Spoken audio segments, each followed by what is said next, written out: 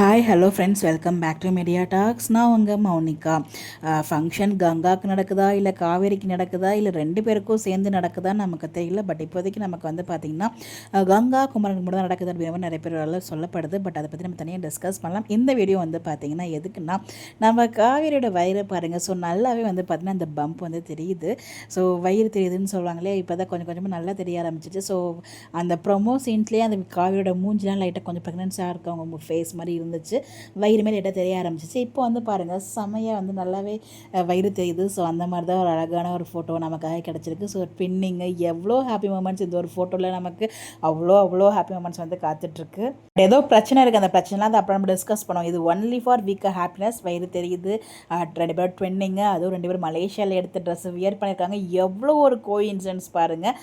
அது வீக்காக மட்டும், ஐ மீன் காவேரிக்கு மட்டும் லைட்டாக வயிறு தர்ற மாதிரி இருக்குது. எனக்கு அங்கே கங்காவுக்கு பார்க்கும்போது அவ்வளோ வயிறு தர்ற மாதிரி தெரில. அந்த பிக்கை பார்க்கும்போது நம்ம தூரத்தில் இருந்தாலும் அப்படி இருக்கான்னு தெரியல. பட் நம்ம காவேரிக்கு நல்லாவே வயிறு தெரியுது. ஸோ அதை நல்லாவே நம்மளால் அண்டர்ஸ்டாண்ட் பண்ண முடியுது. ஸோ செம்மையாக இருக்குது பார்க்குறதுக்கு. எத்தனை பேர் இதை நோட் பண்ணிங்க? இதை நோட் பண்ணாமல் விடுவோமா? எப்படி பாஸ் இதை போய் நாங்கள் விடுவோம் அப்படிங்கிறது உங்களோட மைண்ட் செட் எனக்கு புரியுது. ஸோ உங்களுடைய கருத்துக்கு, ஸோ ஃபங்க்ஷன் யாருக்கா இருக்குங்க, உங்களுடைய கருத்தை கமெண்ட்டில் சொல்லுங்கள். இந்த மாதிரி அப்டேட் தெரிஞ்சுக்க நம்மளோட சேனலை ஃபாலோ பண்ணிக்கோங்க. Bye bye.